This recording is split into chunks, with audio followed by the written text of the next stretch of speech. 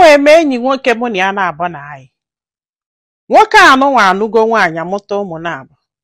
Mana nwoke anụnwa fụrụ m n'anya. Ọ bịa na-asị m na ọmụnwa mere ya ka ji wee nọrọ na marriage ya. Na ewere ige m nya aka achụgo nwunye maka gịnị? Na ọmụ nwa bụ happiness ya. O nwere ife nnalụ nwoke anụnwa nara enye m. Mụ na ya na-abụ na-atọ. Ọ na-akwụrụ m ụgwọ ụlọ. Even nwoke a na-agwa gị agwa m ya goolu m moto. Ọ sị m na ya ga-egolu m moto m nwee lie ndidi. And ama m na ọ ga-ego moto afọ maka o nwere ife njigolo ọnụ m ayọ ọnya o mere ọlụ m. Ife ọ na-eme wa agbasa ọlụ ọbịa na nke m anyị nọsi ọna. Nwunye a bụka ezigbo mmadụ ịgwa gị eziokwu maka na o nwere ụmụ nkịrịnka asị ọ na-asịrị nwaanyị anụnwa. O doo m anya na ọ bụrụ nwaanyị niile ka ọ ga-abịasịala asị afụ ka ọ kwelụ. Mana ọ bịasịala ya nwunye ekwelụ.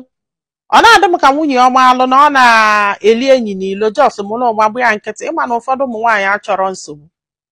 Mana ife na-enyezi m nsogbu kịta bụ na afụlụ m onye ga-anụ m. Nwoke nke izizi m fụlụ m chọrọ ịnụ ngwa ya sị na m chọrọ ịnụ this guy. Ọ sị m rapụ onye ahụ na ọ bụrụ mmadụ si m ego ole ka o ji osikwe nke ọ pụọ nke. Mfụkwa onye nke ịbụọ bidokwa the same story. Nwee sị ya mba na m chọrọ ịnụ di na oge m agbanyitego na maghara atọ na-eme shuga ihe anụwa for the rest of my life. Ya ka m gwara ya. So ngwasị anya ofifio n'isi na mụ na that guy na-akwụ. So nwoke anụnwa wee fụba na bụ na this guy na ọ dịkwa ka anya na-adụ serious. Na agbakọ ihe nwoke a mere. O wee chebulu this guy wee chie nye warning sị anya hapụrụ ya enyi nwaanyị.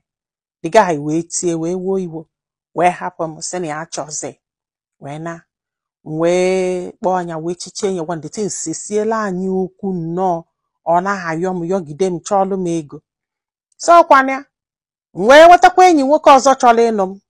This man wee bidokwa again sị m gịnị mụ hapụ onye ahụ mume nke nna nsị mba ya hapụba na ihe m chọọ bụ gịnị ka m jee zala afa ka ibe m ama elugo gị nụ di na m achọrọ ịma ma o ji ego ma o jiri ego nọ na m chọrọ ịnụ di. Nwoke ebidokwa again kpebe ọ sị na ọmụnwa bụ happiness ya na ọ bụ na nnọọ dị kịta anụnwa kedu ife a ga-emesịkwana ka a sị na ya na-ayị nwunye mmadụ. Nwesị asọ chekwala o so gị nwabụ ihe dị mma ịnụọ nwaanyị ị na-eli enyi mana nyanwa adụrọ mma ka anụọ di. Ọ sị ya na ya chọrọ ka ọ nụọ di na ọ ka ọ nọlụ wụlụ enyi nwaanyị for the rest of her life. Ya wee sị ya na isi adọrọ gị mma na isi adọrọ gị mana ọ dịkwa onwe ife na-eme gị. Mana to her greatest surprise na this guy meanile o. Ya chekwa na ha akpa ya ma ekwu o. O wee bịa wee nalị ya phone ọ na-achọ nọmba the guy ya ka akpọ the guy na phone ka agwa ya rafọ enyi nwaanyị. Ya wee kpọọ ya wee sị ya na ya ga-eje ka ajekwa nwunye. Na ọ bụ na ọ try kwu ya ọzọ ga-eje report ya n'aka nwunye maka na ya gwara ife a ga-eme ụdị mmadụ ime ife ọ gwara ya ọ sị ya na report godi ya n'aka nwunye na nwunye maalụ na ya na-eli enyi sị a kedu ife oche na nwunye ga-eme na ọnya nwa woman of the house after all na onye Igbo ka awụ ya nwere ike ịnụ more than one wife. Na ọ bụ na nwunye eme pilili ya anụkpọdo ya nwaanyị ọzọ fapụketele ife anụnwa o wee sị ya na ọ chọkwa ka ya bịa nụbịa mana ya chọrọ ọ sị bụ nne na nwoke anụnwa aṅụ gị iyi na enwere ike iso nwoke ọzọ ma ọ nụọ di as long as na ya nọ ndụ. If either na ya nụbali as a second wife or na ya nọlụ ka side chick for the rest of her life. Na ya mara ife a ga-eme ma onye jee ka ọlụ nwunye ka onye ka ọlụ ndị befa. Ya mara ife a ga-eme o ọgwụ onye ma ife nwere ike ime ka ọgwụ ya kpọọ nwanne m kedu ife ilo maka na ọ tọzila atọ ka onye nụba this man as second wife.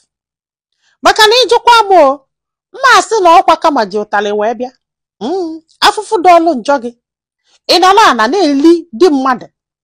O nwere ife ngwere anya ma ele m ọ naghị emele m ife ọbụla iji ọnụ gị wee gwa ya na-emele gị ị na-azị eche ka ị maka nwaanyị ọ na-anụ odobelu n'ụlọ mụtagori ụmụaka ijos na-ele na-eme enjoy ilisie side a ịchọkwa ka ilie side a ụlọ eche na ụmụ nwoke niile bụ ofu. Ịba anọ moto ndị echi ka m na-agwa gị agba m ife a na-ekwu nwere ike na-ewe gị iwe.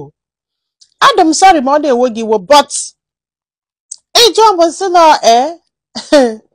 ụtalị ka kama ji wee bịa Gwa anyị ife ilo na comment section maka na ọ ga-enyere nwa agbọghọbịa anụnwa aka iji ma ife ọ ga-eme.